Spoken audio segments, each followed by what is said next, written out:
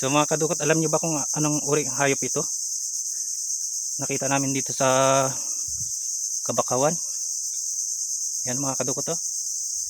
Alimango lang hinahanap natin. Pero ito yung nagpakita. Yan. Ito yung buntot niya mga kadukot, oh. Alam nyo ba kung anong uring hayop yan?